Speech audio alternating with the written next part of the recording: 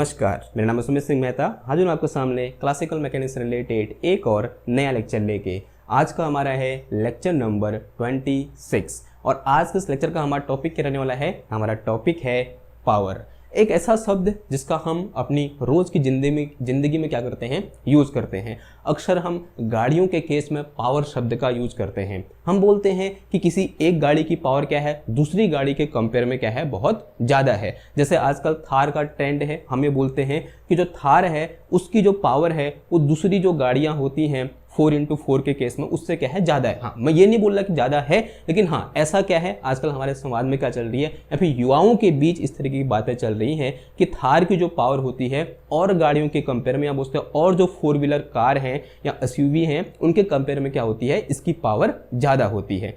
अब हमारे सामने क्वेश्चन ये है कि ये पावर होती क्या है, तो इसको एक एग्जाम्पल से समझ लें हम। ओके, एक बार ध्यान दो जरा, बाइक का एग्जाम्पल लेते हैं। जैसे दो तरह की बाइक कॉमनली होती हैं, एक रेसिंग बाइक होती हैं जो प्रोफेशनल जो राइडर होते हैं वो यूज़ करते हैं। दूसरी एक कॉमन बाइक होती है जिसको हम चाय लाने के लिए या दूध लाने के लिए या चीनी लाने के लिए क्या करते हैं, यूज़ करते हैं। यानी आम जो रोड होती हैं उनमें घूमने के लिए क्या करते हैं, यूज़ करते हैं। और एक बाइक कौन सी होती है? Racing bike. उनके लिए क्या होता है कि स्पेशल ट्रैक होता है, उस ट्रैक में वो बाइक क्या करती हैं, राइड की जाती हैं। ओके, तो मान लिया हमारे पास दो बाइक हैं। एक हमारे पास क्या है, ये रेसिंग बाइक है, और एक मेरे पास यहाँ पर क्या है, एक ये जनरल बाइक है। ठीक है, कोई भी किसी भी ब्रांड की बाइक ले लो, जैसे स्प्लेंडर मान लो। ठीक है, तो ये क्या है, हमारी स्प्लेंडर है। अब ये हमारी एक रेसिंग बाइक है। मान लिया इसके राइडर ने इसको स्टार्ट किया और आगे की ओर बढ़ाना स्टार्ट किया और फुल स्पीड से आगे बढ़ाना स्टार्ट किया। मान लिया किसी टाइम t = 0 सेकंड से ये क्या किया, स्टार्ट किया। अब जिस समय स्टार्ट करेगा उस समय टाइम कितना होगा, 0 सेकंड होगा। और मान लिया उस समय इसकी जो वेलोसिटी है या बोल सकते हैं स्पीड है वो कितनी है, 0 km/h है। उसके बाद उसने क्या किया, 1 सेकंड बाद हमने क्या करी, उसकी स्पीड को दोबारा क्या किया, मेजर किया, और अब उसकी स्पीड हो गई है लगभग कितनी हो गई है, मान लिया 20 km/h हो गई है 1 सेकंड के अंदर। ठीक है, यानी बहुत फास्ट क्या करती हैं ये, अपना पिकअप इनका क्या होता है, बहुत हाई होता है। ऐसा बोला जाता है कि 4 सेकंड के अंदर ये लगभग क्या कहते हैं 80-90 तक पहुंच जाती हैं। तो ऑन एवरेज 1 सेकंड में कितनी पहुंच जाएगी, लगभग 20 km/h तक ये पहुंच सकती है। तो कितना टाइम लगा यहाँ से यहाँ तक, 1 सेकंड का टाइम लगा। और 1 सेकंड में इस रेसर बाइक की जो स्पीड है वो कितनी हो गई है, 20 km/h हो गई है। अब बात करते हैं किसकी, हमारी इस बाइक जो जनरल बाइक है। नाउ इसको भी कहाँ से स्टार्ट करेंगे, 0 सेकंड से स्टार्ट करेंगे और एट t = 0 सेकंड पर, और जो इसकी भी वेलोसिटी होगी वो कितनी होगी, मेरे पास 0 km/h ही होगी। ठीक है, ऐसा होगा नहीं होगा, आंसर हाँ जी होगा। अब क्या हुआ, इसके राइडर ने भी क्या किया, इसको फुल एक्सीलरेटर देकर क्या किया, चलना स्टार्ट किया। और ये भी 1 सेकंड के बाद इसकी स्पीड को दोबारा मेजर किया। कहाँ पर, एट टाइम t = 1 सेकंड पर अगेन इसकी स्पीड को मेजर किया। तो हमने पाया कि यहाँ पर जो इसकी स्पीड है वो कितनी है, v = लगभग 5 km/h हमको यहाँ पर रीडिंग देखने को मिली। कितना है, v = 5 km/h। अब देखो, अब यहाँ पर हुआ क्या, हमारे पास दो बाइक थी, यानी दोनों कैसे हैं, 2 व्हीलर हैं। एक बाइक ने क्या किया, 1 सेकंड के अंदर कितनी वेलोसिटी गेन करी, 20 km/h की वेलोसिटी क्या कर ली, गेन कर ली। वहीं मेरे पास एक दूसरी बाइक है जिसने सेम टाइम इंटरवल में या फिर एक ही सेकंड में कितनी वेलोसिटी गेन करी, 5 km/h की वेलोसिटी क्या करी, गेन करी। अब अगर यहाँ पर तो क्या हो रहा है, एक तो वेलोसिटी में क्या हो रहा है, चेंज हो रहा है। अगर मैं इसी चीज को थोड़ा सा और डेप्थ में जाके देखूं तो मैं क्या बोलूंगा कि यहाँ पर क्या हो रहा है, एनर्जी क्या हो रही है, चेंज हो रही है। वो भी कौन सी एनर्जी, काइनेटिक एनर्जी। क्यों? क्योंकि स्पीड या फिर वेलोसिटी चेंज होने से जो एनर्जी चेंज होती है उसे हम क्या बोलते हैं, काइनेटिक एनर्जी बोलते हैं। अगर मैं ये बोलूं कि यहाँ पर जो चेंज इन काइनेटिक एनर्जी है वो कितना है, ΔK1 है। यानी इस पॉइंट से 1 सेकंड के अंदर इस जो मेरे पास रेसिंग बाइक है उसके काइनेटिक एनर्जी कितनी चेंज होगी, ΔK1 चेंज होगी। और मान लिया इसकी काइनेटिक एनर्जी कितनी चेंज हुई, late us say this is ΔK2। अब मुझे आप इन दोनों सिचुएशन को एनालाइज करके ये बताओ कि यहाँ पर चेंज इन काइनेटिक एनर्जी किस में ज़्यादा हुआ, इन सेम टाइम इंटरवल। ये भी 1 सेकंड है, ये भी 1 सेकंड है, लेकिन साफ साफ मुझे दिख रहा है कि जो ΔK2 होगा, क्या होगा, जो ΔK1 होगा, K2 नहीं K1 होगा, वो क्या होगा, ग्रेटर देन K2 होगा। साफ साफ हमको यहाँ पर ऐसा दिखाई दे रहा है, क्योंकि 1 सेकंड के अंदर इसकी वेलोसिटी 0 से 20 हो गई है और इसकी वेलोसिटी सिर्फ 0 से कितनी हुई है, 1 हुई है। यानी यहाँ पर चेंज इन काइनेटिक एनर्जी क्या हुआ, ज़्यादा हुआ 1 सेकंड के अंदर इसके कंपेयर में। नाउ अब इसी को थोड़ा सा और डेप्थ में जाकर सोचो, ये जो मेरे पास kinetic change in kinetic energy है, इसी को थोड़ा डेप्थ में जाकर सोचो। देखो हम सब जानते हैं from work energy theorem, this change in kinetic energy will be equal to work done, since we all know that कि work done is equal to change in kinetic energy. ऐसा होता है नहीं होता है? आंसर है हाँ जी होता है। यानी यहां पर भी क्या हुआ, कुछ वर्क किया। किसने वर्क किया? जो हमारे पास इंजन है किसका, बाइक का, उस बाइक के इंजन ने क्या किया, वर्क किया। और उस वर्क करने की वजह से क्या हुआ, यहां पर कुछ एनर्जी का ट्रांसफर हुआ और एनर्जी ट्रांसफर टू बाइक हुआ। इससे बाइक की स्पीड क्या हो गई, बढ़ गई। अब उससे बाइक की काइनेटिक एनर्जी क्या हो गई, बढ़ गई। लेट अस से इस केस में जो वर्क डन है वो कितना है, W1 है। It mean this W1 will be equal to delta K1। और मान लिया यहाँ पर वर्क डन कितना है, W2 है, then this W2 will be equal to delta K2। And we know that from our discussion कि this delta K1 is greater than delta K2। इसका मतलब क्या हुआ, delta K1 is greater than delta K2, ये तो उनको पता है। अब इसका मतलब क्या हुआ कि this W1 is greater then W2, कि जो W1 है वो क्या है, W2 से ज़्यादा है। लेकिन इन दोनों में एक बड़ी खूबसूरत चीज़ है, वो क्या है कि दोनों जो वर्क डन है वो सेम टाइम इंटरवल में है। ये भी कितना है, यहाँ से यहाँ तक 1 सेकेंड है और ये भी यहाँ से यहाँ क्या है, 1 सेकेंड है। This work done in 1 second is known as power. यानी 1 सेकेंड के अंदर किया गया वर्क डन क्या कहलाता है, पावर कहलाता है। अब यहां पर this is work done in 1 second, इसको मैं ऐसा भी लिख सकता हूं, and this is also work done in 1 second. तो इसका मतलब this whole thing is power of engine 1 and this is power of engine 2 and this so that कि this power of engine 1 is greater than power of engine 2।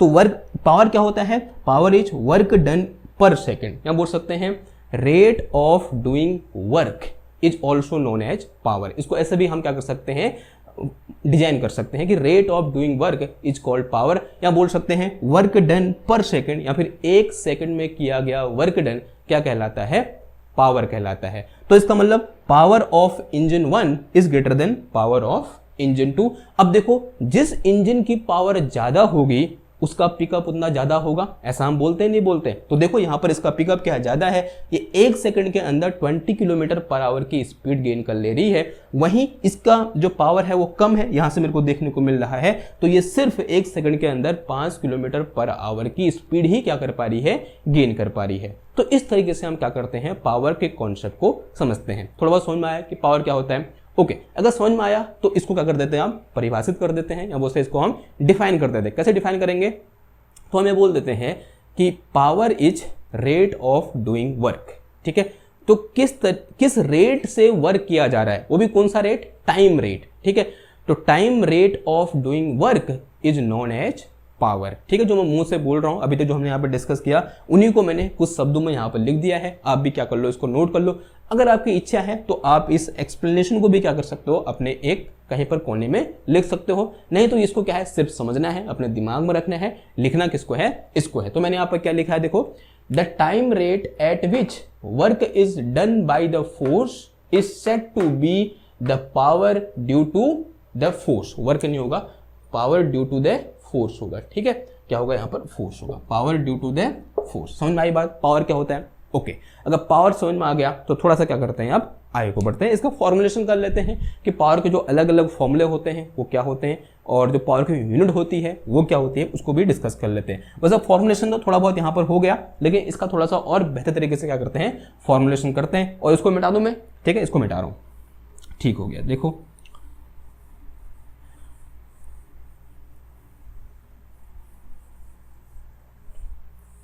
Okay, समझो जरा क्या बोला हमने, the time rate at which work is done by force is said to be the power due to force. ठीक है, ये हुआ। Now let us consider we have an object. मान लिया हमारे पास क्या है, एक ऑब्जेक्ट है, वो इस तरीके से ऑब्जेक्ट या फिर ब्लॉक बोल दो, इस तरीके से मेरे पास ब्लॉक है जिसका मास कितना है, m है, और वो इस तरीके से एक एक्स डायरेक्शन में क्या कर रहा है, एक फोर्स की हेल्प से मूव कर रहा है। इसमें कितना फोर्स लग रहा है, लेट अस से इस तरीके से एफ फोर्स हमने लगा रखा है और वो एक्स एक्सेस से कितना एंगल बना रहा है, थीटा एंगल बना रहा है। हमने कहाँ पर, एट टाइम टी पर पहले इसको देखा, फिर उसके बाद कितने टाइम पर देखा मैंने, at time T equal to T plus delta T पर कुछ टाइम बीता, और कितना टाइम बीता, डेल्टा टी टाइम बीता, और डेल्टा टी टाइम बीतने पर इसने क्या किया, कुछ वर्क किया, इस फोर्स ने क्या किया, कुछ वर्क किया, और ये इस वर्क करने के बाद ये जो मेरे पास फोर्स है इस ब्लॉक को इस पॉइंट से कहाँ ले गया, इस पॉइंट तक ले गया। ठीक है, ये बात समझ में आए, कहाँ से कहाँ ले गया, इस पॉइंट तक, इस पॉइंट तक ले गया, और मान लिया इस पूरे मोशन के दौरान इसने कितना वर्क किया, W वर्क किया। Then we all know that कि this power is equal to क्या होता है, work done divided by time taken. क्या होता है, work done divided by time taken बोल सकते हैं, या फिर टाइम इंटरवल भी बोल सकते हैं। ठीक है, ये बात समझ में आई। तो दिस इज माई फॉर्मूला। अब एक बार उसको ध्यान से देखो, ये क्या है मेरे पास, this is work done between 2 points. इन 2 पॉइंट के बीच कितना वर्क किया गया ये है। इसका मतलब अगर हम किन्हीं 2 पॉइंटों के बीच किस तरीके से वर्क, मतलब work divided by time interval देख रहे हैं, इसका मतलब this power is average power. तो ये पावर क्या है, इन 2 पॉइंटों के बीच ले जाने में कैलकुलेट की गई पावर है। किसके द्वारा, इस फोर्स की पावर है, force power due to force है किन 2 पॉइंट के बीच, T to T plus delta T. ठीक है, ये बात समझ में आई, थोड़ा बहुत दिमाग में घुस रहा है बात को। इसको ऐसे समझो ना, जैसे मेरे पास एक माना यहाँ पार्टिकल पहले यहाँ था, फिर यहाँ से मुड़ के कहाँ चला गया, इस पॉइंट ए से कहाँ चला गया, बी में चला गया। ठीक है, ये बात समझ में आई, कहाँ से चला गया, ए से बी में गया। तो मान लिया यहाँ पर इसकी पोजीशन कितनी थी, x इक्वल टू 10 मीटर है, और यहाँ पर इसकी जो पोजीशन है वो x इक्वल टू 20 मीटर है। ठीक है, ऐसा मैंने बोला, और यहाँ से यहाँ में कितना टाइम लगा, उसको मान लिया डेल्टा टी टाइम लगा। तो यहाँ से अगर मैं वेलोसिटी फाइंड करूँ या स्पीड फाइंड करूँ, तो स्पीड इक्वल टू क्या होता है, दिस चेंज इन पोजीशन, यानी 20 माइनस का 10 divided by time taken, delta T होता है। लेकिन मैं इसको वेलोसिटी नहीं बोलता या फिर स्पीड नहीं बोलता, इसको मैं एक और चीज इसके पीछे ऐड करता हूं, वो होता है मेरे पास क्या, एवरेज। वो क्या होता है, एवरेज। एवरेज लगाता हूं यहां पर मैं, यानी इसको हम क्या बोलते हैं, एवरेज स्पीड या फिर एवरेज वेलोसिटी बोलते हैं। तो सेम इस केस में भी इसको मैं सिंपल पावर नहीं बोलूंगा, क्योंकि ये क्या है, 2 पॉइंटों के बीच है, तो ये क्या होगा, एक एवरेज पावर होगा। ये बात समझ में आ रही है आपको। तो ये मेरे पास खाली पावर न होगा, क्या होगा, एवरेज पावर होगा। तो average power is equal to कितना आ जाएगा मेरे पास, work done divided by time interval. तो P average is equal to work done, क्या होता है मेरे पास, कितना बोला मैंने, यहाँ से आने जाने में कितना वर्क किया गया, W वर्क किया गया, डिवाइडेड बाय टाइम इंटरवल कितना हो जाएगा मेरे पास, डेल्टा T हो जाएगा। तो this is my average power due to force. तो ये क्या हो जाएगा मेरा, average power due to force हो जाएगा। ठीक है, अभी तो एवरेज पावर निकली, अब मुझे क्या निकालना है, किसी एक इंस्टेंट पर पावर कितनी होगी, यानी पावर एट एनी इंस्टेंट। जैसे हम यहाँ पर क्या निकालते हैं, वेलोसिटी एट इंस्टेंट या फिर स्पीड एट एनी इंस्टेंट निकालते हैं, उसी तरीके से हमें यहाँ पर क्या निकालना पड़ेगा, पावर एट एनी इंस्टेंट क्या होता है। और आप सब जानते हैं इसका आंसर क्या होगा। अगर मुझे किसी एक पर्टिकुलर पॉइंट पर रेट ऑफ चेंज निकालना है, तो मैं किसकी हेल्प लेता हूं, डिफरेंशिएशन की हेल्प लेता हूं। डिफरेंशिएशन होता ही क्या है, डिफरेंशिएशन का फिजिकल मीनिंग ही क्या होता है कि differentiation of any quantity tell us कि how this quantity is changing at any particular point. ठीक है, तो अगर मैं यहां से क्या निकालूं, अगला हिंट डाल दो इसमें, इंस्टेंटेनियस पावर, इंस्टेंटेनियस पावर, तो क्या हो जाएगी बताओ, P इंस्टेंटेनियस, या फिर कुछ मत लिखो, यहाँ पर खाली P लिख दो, खाली पावर की बात कर रहा है, तो इसका मतलब किसकी बात कर रहा हूँ, इंस्टेंटेनियस पावर की ही बात कर रहा है। तो instantaneous power P will be equal to differentiation of work with respect to time t। इसे मैं क्या बोल दूंगा, this is definition of instantaneous power. तो ये क्या हो जाएगी मेरे पास, डेफिनेशन ऑफ इंस्टेंटेनियस पावर हो जाएगी। या कभी कभी कोई बुक वाले इसको ऐसे भी लिख सकते हैं, तो this P will be equal to कितना आ जाएगा, ये delta W work done divided by time taken, और लिमिट क्या कर दोगे फिर यहाँ पर, limit delta T tends to 0, ऐसे भी लिख सकते हैं इसको। ठीक है, ये पुराना मेथड है और इसी को मैथमेटिशियन ने शॉर्ट फॉर्म में कैसे लिख दिया, ऐसे लिख दिया। ठीक है, ओके। ना अगर ये बात समझ में आई, अब थोड़ा सा क्या करते हैं, आगे बढ़ते हैं, बात करते हैं किसकी, यूनिट ऑफ पावर की बात करते हैं। ठीक है, इसको मिटा दूं मैं, ठीक है, आई थिंक ये भी हो गया होगा, हिंट डालो, यूनिट ऑफ पावर।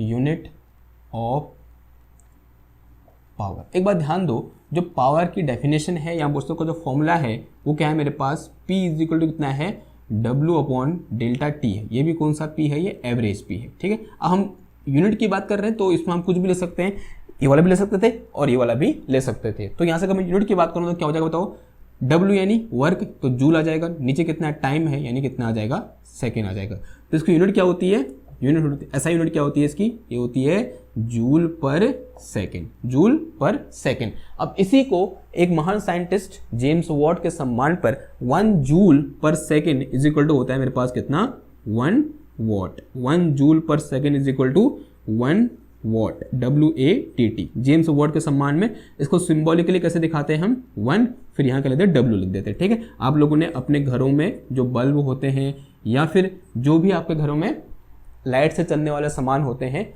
या फिर अप्लायंस होते हैं, क्या बोलते हैं उनको, जो भी है, मतलब बल्ब हो गया, ये हो गया, ये सब चीज़ों में लिखा होता है क्या, ये इतने वॉट पर चलेगा, 10 वॉट का है, ये 12 वॉट का है, ये 8 वॉट का है। और जो बल्ब होता था पुराने ज़माने में जिससे बहुत ज़्यादा गर्मी निकलती थी, ये 100 वॉट का है या फिर 50 वॉट का है। ठीक है, इस तरीके से क्या होता है, उनमें लिखा होता है। ओके, तो ये क्या हो गया हमारे पास, इसकी एक यूनिट होगी।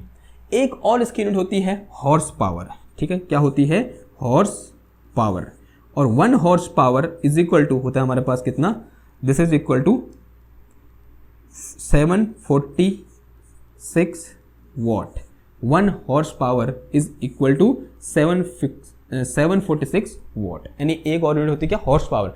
आपने देखा होगा हॉर्स पावर में जो मोटर होती है हमारे घर की, वो किस में आती है, उनकी जो पावर होती है वो हॉर्स पावर में लिखी होती है। ठीक है, तो 1 horse power is equal to 746 watt. ठीक है, आई बात समझ, ओके।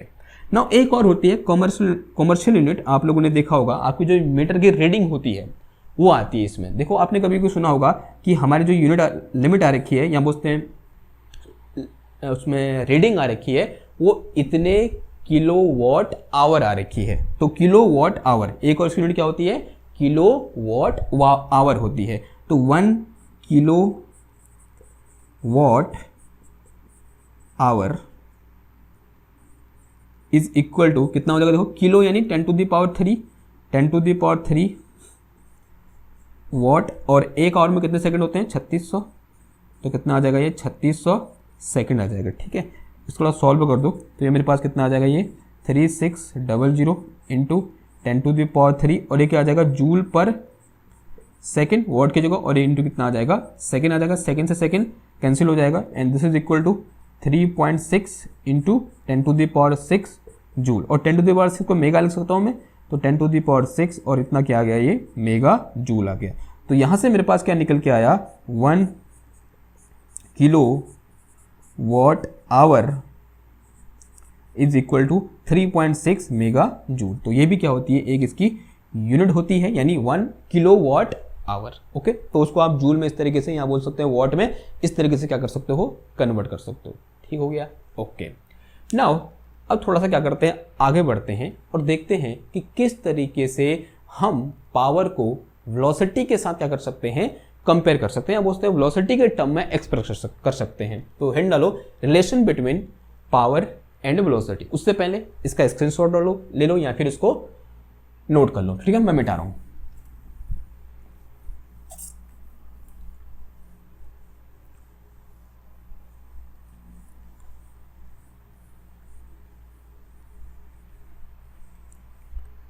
हेडिंग क्या हो जाएगी, relation between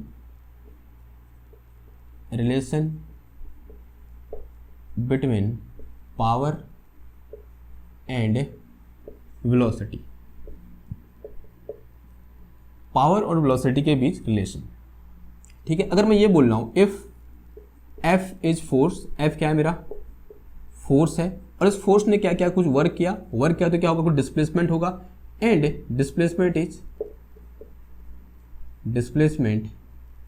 is delta x. जो डेल्टा एक्स है वो क्या है, डिस्प्लेसमेंट है। और अज्यूम किया इन दोनों के बीच का एंगल कितना है, थीटा है तो इसका मतलब if displacement is very very small then work done is also small, let us say this D W will be equal to कितना आ जाएगा, ये एफ डॉट डी एक्स आ जाएगा, and this D W will be equal to F D X और into कितना आ जाएगा, कॉस थीटा बोल दो या फिर कॉस फाइव बोल दो। Here theta is angle between F and D x. Theta क्या है हमारे पास, एंगल है किसके बीच का, एफ एंड डी एक्स के बीच का। Then instantaneous power P is equal to D W upon D T, ये हमको पता है पहले से।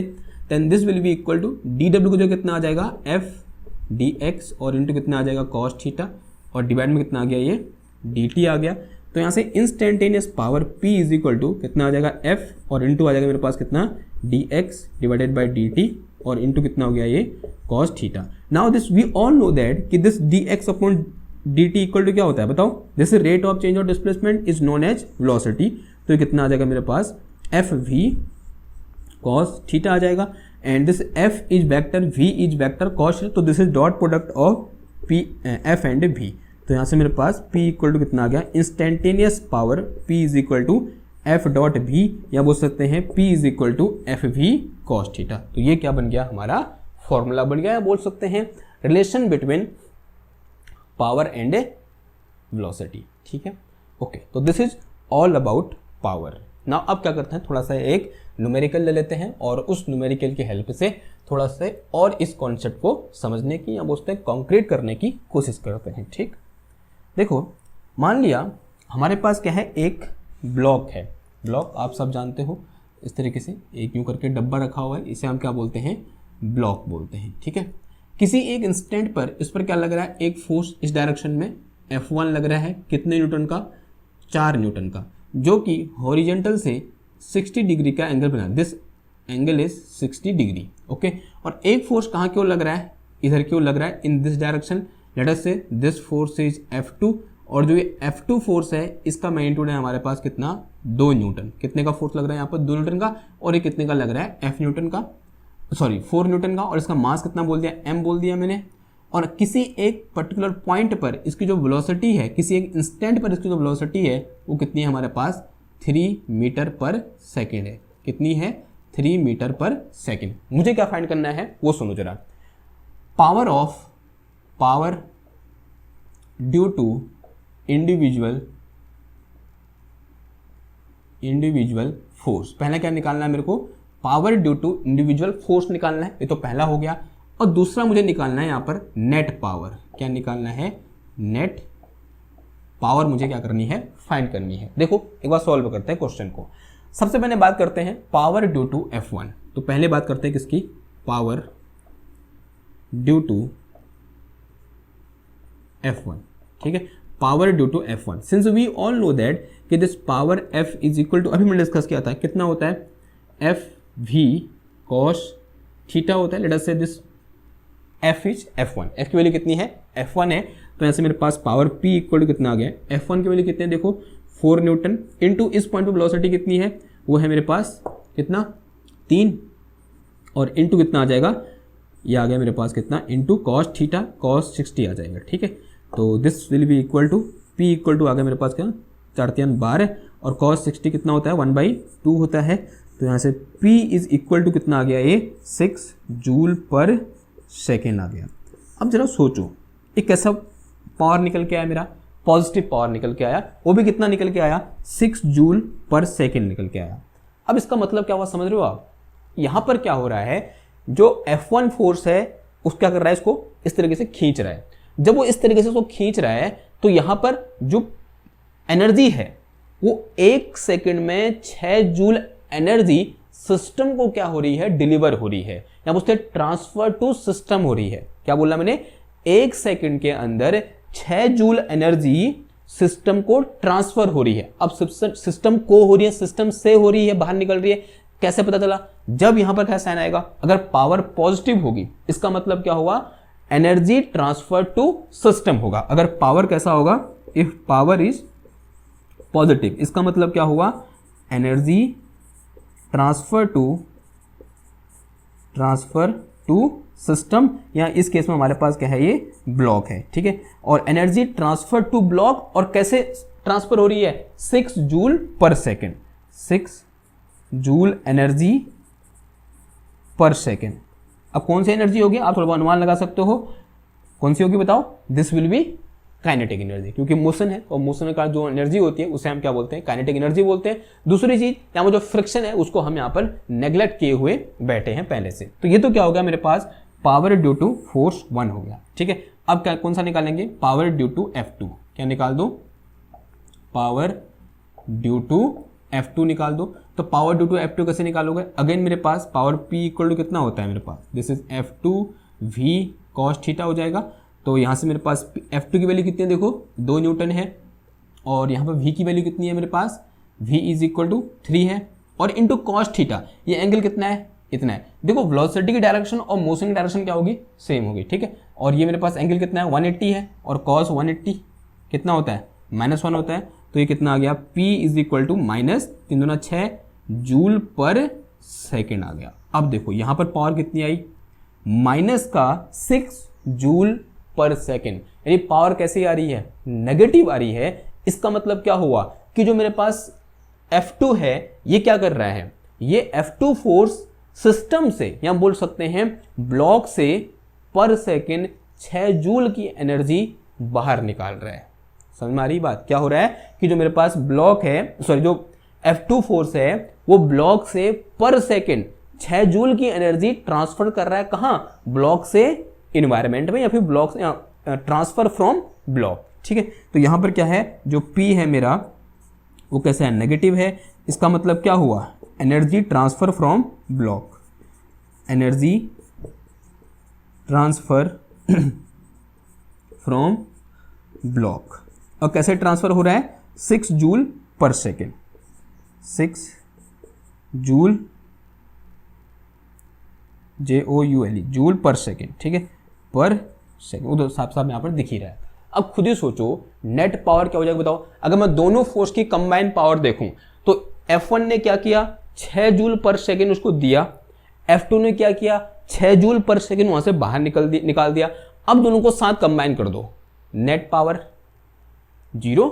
Net power due to these two forces is 0, क्योंकि एक तो डालने की कोशिश कर रहा है, एक बाहर निकालने की कोशिश कर रहा है, और दोनों का मैग्नीट्यूड क्या है? सेम है, लेकिन अपोजिट डायरेक्शन में है। तो आंसर कितना आ गया? 0 आ गया। ठीक है, तो नेट पावर इक्वल टू कितना आ जाएगा बताओ? नाउ थर्ड पॉइंट क्या हो जाएगा?